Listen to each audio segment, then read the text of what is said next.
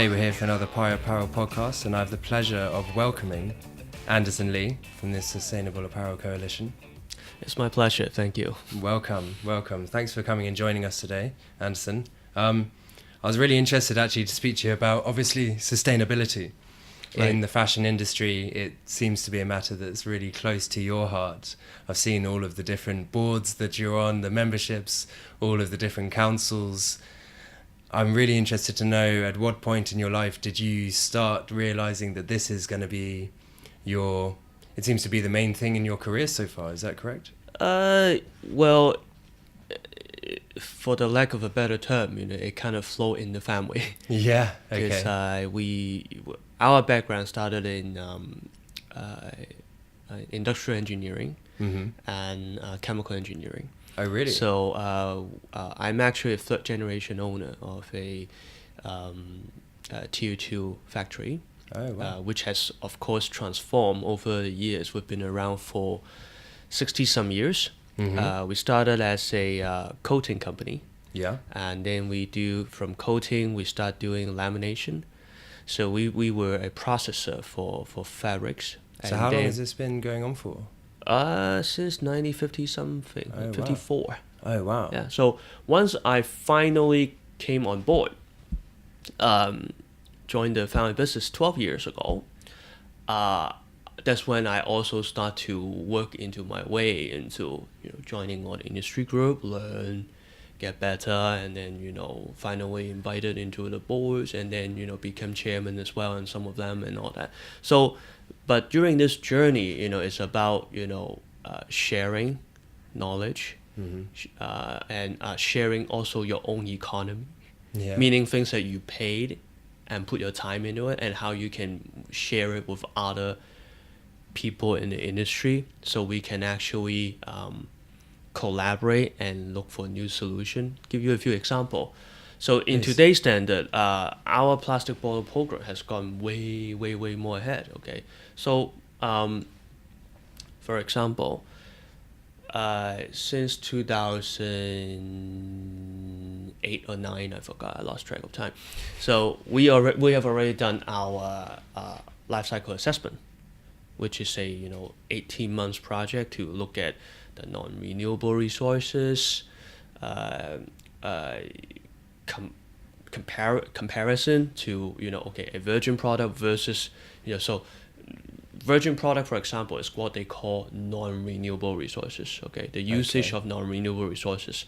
Okay, other things that people always look at is like greenhouse gas, water usage, chemical discharge, all of that. So we start developing a whole bunch of KPIs, okay, that we should look at, okay. And then in Hong Kong, I work along with some of my friends, to work on a number of initiatives. For example, with Worldwide Fund, we started the low carbon manufacturing program. We did not reinvent the wheel. There are some standards that's been developed through the LCMP with Worldwide Fund, but we just want one for textile. Okay. So we've developed a new baseline that can allow us to really measure against ourselves. And then we push for, and then a few of us together, we launched the first GRI report for textile industry. Okay. For those that don't know, what is the GRI?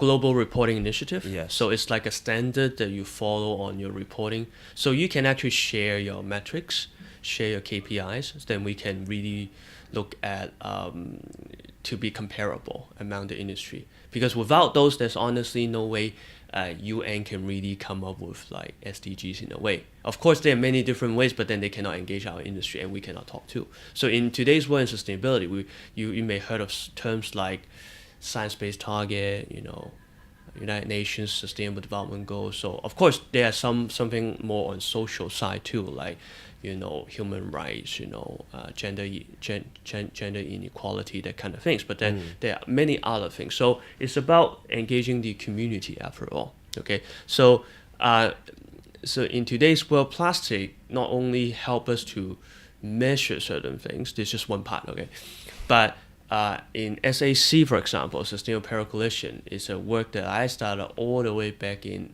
11 years ago. It's called the Eco Index under the Outdoor Industry Association. Okay. At which we started that as the Eco Index. So we spent a few years into agreeing to a standard to walk away from what we call audit fatigue. Rather than do that, we do very proper self-assessment with validation and all that. So we're able to come up with a standard where we can really, in a way, generate our own data that we truly take ownership on. You probably heard of a lot of people talking about data, but that doesn't mean they know how to manage their data, or they know to understand what those data mean to them, and what those data mean to somebody where they can add value. So there's a lot of data mining, data management. So it took us many years to go through that to understand how we can really work together. And let me tell you something, how plastic work these days. For example, there's one project that we are also involved in. It's like this. We have people that help us make transaction more, how to say that?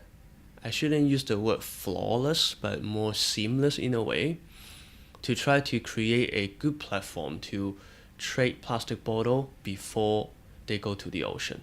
In other words, it's stopping the plastic into going to the ocean. But how do we do that? Okay.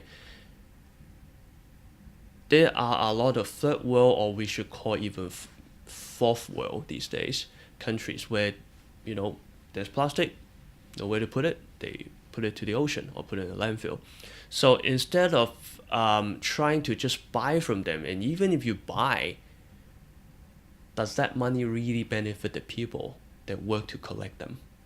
Not always. They've still, so, and if you try to buy so much into that economy on buying out a waste that's supposedly not part of the trade policy to export something that has already been taxed, there's a lot of issue. And then there are still also, a currency issue, okay? If all of a sudden I use US dollar or euro to go into Philippines to buy plastic bottle to create this supposedly a new economy, you don't know what the amount of Hong Kong dollar or US dollar or renminbi or whatever comes in, and there you don't know whether that would actually kill the economy. There's a risk. I'm not saying it would happen. So thanks to technology and thanks to the concept of carbon trading, it inspired us to buy clean water and renewable technology and put them into places like Philippines. So in other words, you give me bottle, I give you energy. I give you clean energy and I give you clean water. Fair enough? It's an amazing thing, and it's so smart. I did not do it myself, okay? No, I gave the idea to my fiber partner, and I asked and I introduced them to the right NGOs, because it's not something that you can do it by a company. It's a great commercial idea, but maybe it's great commercial later. But let's try to tackle the situation first. So the problem with the whole flat world management globalization is most of the survivor become so practical and cutthroat because they're trained that way, because they have almost no margin. But the fact that they survive made them very strong too. They live to survive, okay? But sometimes in Chinese we have a saying that these people become so poor that they only have money now. And it's true, because there's no more humanity touch, there's no more thinking, there's no more collaboration. And sometimes if they can be a little wiser and be more embracing, maybe they will give them more business. So we try to walk away from all of that, and it's like, okay, if we just do business as usual again, as usual, either you buy my company or I buy your company, or we both retire and go to another cheaper place. Say we all move to Phuket, it's cheaper, or in somewhere in Taichung, somewhere, right? Yeah. Or in Vietnam. Yeah, okay? it sounds alright to me. Right? I live in London, so or you use your whatever money you have left and buy some property in another area where we appreciate it and collect rent, and then you spend money in another place, right?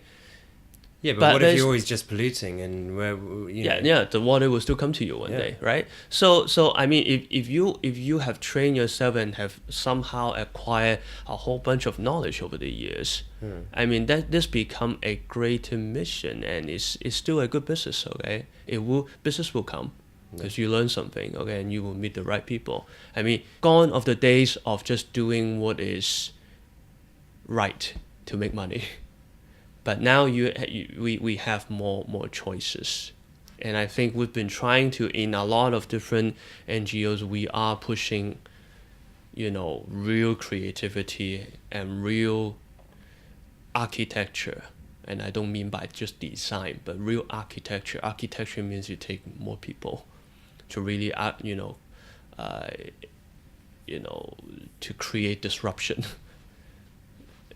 To change the way things are doing, okay, and in fact, in a way, I have to do that because if you, thankfully, if you look at the crowd here, we have pretty young people. Young, I mean, is in today's world young, okay? They're not actually very young, but they have young in mindset and they're not that old, okay?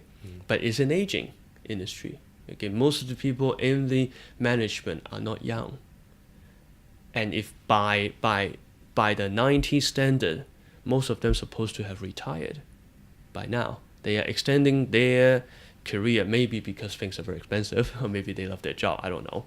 Who knows? Okay, but most of them are extending it by 5-10 years easy. Okay, and the thing is, but there is a big obscurity on the understanding of the millennials. Millennials are not that young anymore. They're now 18 years old. So how can we actually rely on them or educate them or work with them? Or they have a very different mentality. So and we have to find a way to really engage with them. And whatever we do right now in sustainability is the greatest language to engage with them in a way. The only way is to lead by example, and I'm impressed by what you've done because it seems like you've chosen the goal of doing what you think is right first and letting the business take care of itself second. Because if you do what you think is right for what you believe in, trying to acquire different knowledge first. Yeah. Because in the 80s, there's not many changes you can do. It's driven by the market trends or the leaders that just ask you to produce because there's a big B2B market. Yeah. And there's no computers. So, not a whole lot, put it this way, okay? It's not strong, okay? And the communication is different. You're talking about using fax machine. But is a whole lot of communication really great? I am not going to put any judgment on that. But what I'm trying to say is our generation has gone through quite a lot of changes and we learn a whole lot. So my key word is the ability to empower the younger generation on trying to empower what they're good at that we don't have. And to empower them also with our resources, because it's amazing on how much things have appreciated, in value over the past 20 years. And that's what I mean by we are on average not poor. And it's all in our pocket. But whether or not we want to spend that money from the pocket, whether financially to empower the young ones or to support them with our knowledge and our time, is our call. Yeah. But if we just try to live in our own lives and think about how we can make the last bucket of money to, instead of retiring one way, to retire more lavishly, that doesn't help, okay? There's nothing lavish about a polluted world and, a big ocean filled with plastic and... Exactly. You know, coral reefs dying out. There's nothing lavish about this. I mean, give you one example. Last May, SEC, we had our conference in Bangalore, and in Mumbai. So what happened is our hotel is sit right at the edge of so-called the modernity, post-modernity, postmodern world, and the rest. So at 10 at night, usually at that time, the wind kind of comes in, kind of blew in. So in your hotel would flash a little bit, and then the power came back, but then the rest of the world is pitch black. And you start seeing, the roads start flooding. But behind our hotel is right at the edge, it's a Marriott, and then behind there's the party, loud music and all that, but it's quite a scene that you don't like to see. That I mean, this can one day be either Hong Kong Island or Kowloon Peninsula. If things continue that way, it's so just that one side is just already messed up. That you cannot, fix it anymore, and it's no different from a poor and the rich. It's no different. It become a reality. That it's not just about the rich one can now. The analogy I try to say is, the rich part can still fix something in front, if they try to do it now. Or else, it might be zombie on the other side. Yeah, I mean, that's it, isn't it? You can watch and do nothing in your ivory tower. Yeah, but the thing is, if we don't try to reinvest our so-called the money, which of course comes by inflation, is over printed anywhere in the world. If we don't even try to use that so-called economy to fix that future, there's nothing we can do. I see how you're so passionate about it, and we are by default, coming back to commercial side, business side, the second most polluted industry in the world, and it will become the first very soon. You know why? Because oil industry is exiting. They become the largest owner of renewable companies. Yeah, they're done. Smart, right? Of course. So what is the apparel industry going to do? So, but what are they doing?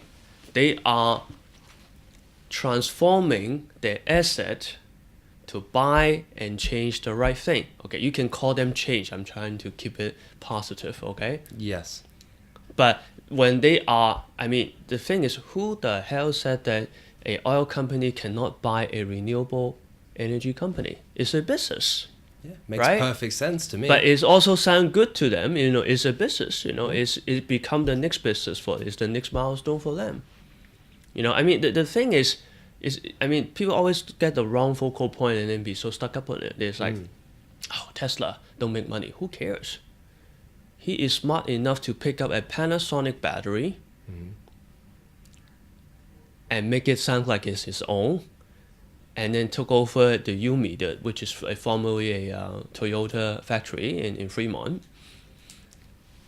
and turn it into his own, and then hire a whole bunch of people, and now he become a great car company that can sell battery, or just sell the battery, not just the car, or the car can also be collecting energy or using energy and be exchanging in the grid. Very smart, and even that grid can power the Hyperloop as well. Yeah. Well, and then he just gave that idea to a load of other people. Yes. But bringing it back to the fashion industry, what is, like how the oil companies are buying renewable energy companies and they're transforming in that way, like you've said. What is the parallel opportunity for the apparel industry? That's what I'd like to finish on today is what is the apparel industry's renewable energy company? if you see what I mean. Quite frankly, I think a lot of us have learned, or it's not that difficult to master what it means to be more environmental friendly. It's a choice already. Okay? It's no longer rocket science. It's not difficult to pick up to be more environmental friendly. However, you definitely heard a lot about automation. I'm not saying automation is necessary, but it's useful. But are our mindset really transforming on the way we do business? So yes, I mean today, earlier, Lynn was mentioning about, in her head, her brand may not be interested in owning factories to run automation. It's not really their position to do that. However, she said she would expect some of their key partners, the factories, to become automated. So since when we went from talking about that picture to now, I'm not trying to pick on her, she's a good friend of mine, but to expect... I'm sure she won't take it personally. so I mean, but it can become a more open dialogue. But I think this can open the dialogue to actually speak. Okay, so how can we picture that scene? What does it mean if they are empowering us to become these kind of company? Mm-hmm. What can they offer to us? What is the need? What is it in for each of us? Okay, and how can we work differently if we become a part of that? So for a while, people have been kind of like mesmerizing and imagine, oh, this is how it looks. If things are running automation. Okay, how great, blah blah blah, and all that. Yeah. You can embrace it. But then it never come in a statement where, okay, well, we expect you guys to be doing it. So I mean, if people really take this line seriously, I'm trying to pick on it. It's okay. So if this is coming from someone really, really important in industry, say one company that owns almost all of us, okay, this can be a very serious statement. Does this mean that we all have to wait for this statement one day to say, oh my, now we all try to do automation? And then we figure out, oh, okay, actually we can only do semi-automation. Automation doesn't really work for a lot of things. We have to spin our head differently, when things are already kind of sitting there, and try to think differently. But also in the role of the whole supply chain, okay, is this a sourcing mindset? Is sourcing still should run the way it used to be? Okay, if we get all the market analytics directly from buying a subscribed data, say for example, Kung Fu data is very successful in China. So imagine Tencent, start running something different. They start selling data instead of trying to run into another Tmall or whatever. Okay, to join into the whole Alibaba part. Okay. Okay. Yeah.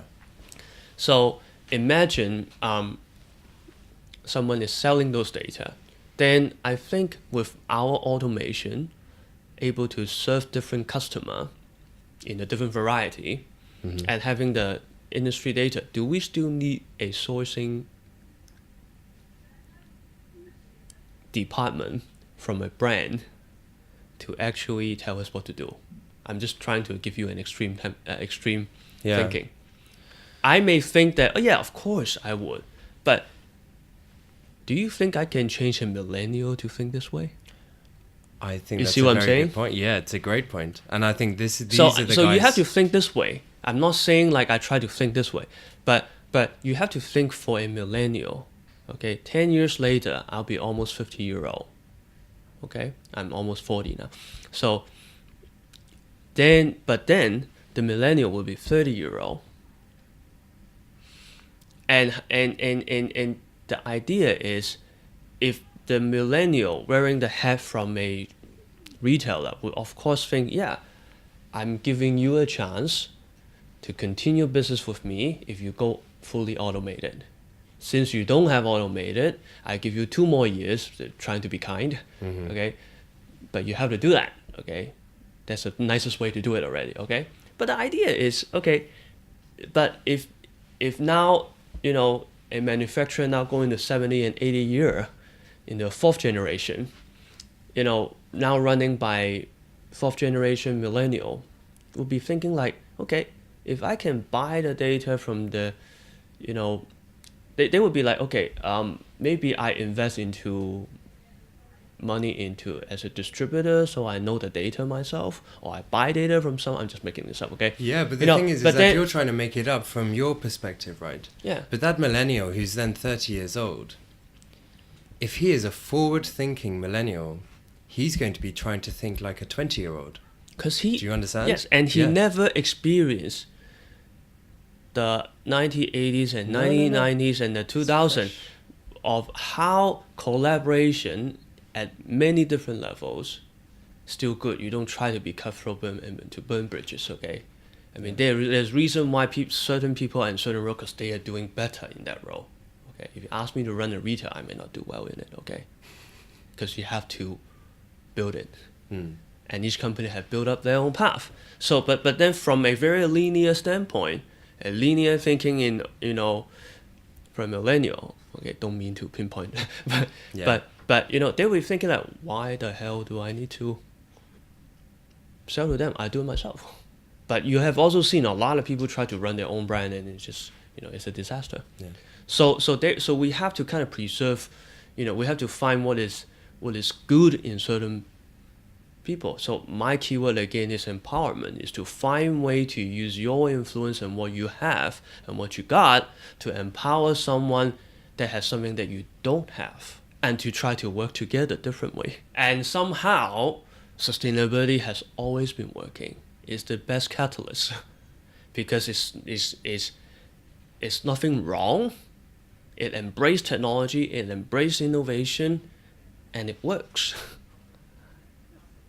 Otherwise, everything else is only a hype. It's a belief.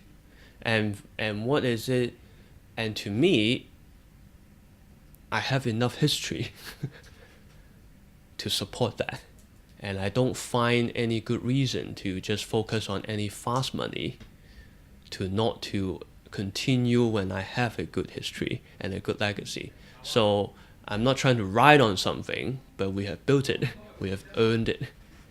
And so, and when this has not been an interesting topic to many, I find it very fascinating to learn new things, and it makes me different. It helps me to make decisions a lot quicker, and I make decisions that people have not made before. Well, Anderson, thank you so much for your time today. It's really been a fascinating discussion for me, and I think your passion for this particular area within fashion, apparel, footwear, textiles, the whole industries joining together really comes through, and I wish you every success in the thanks. future.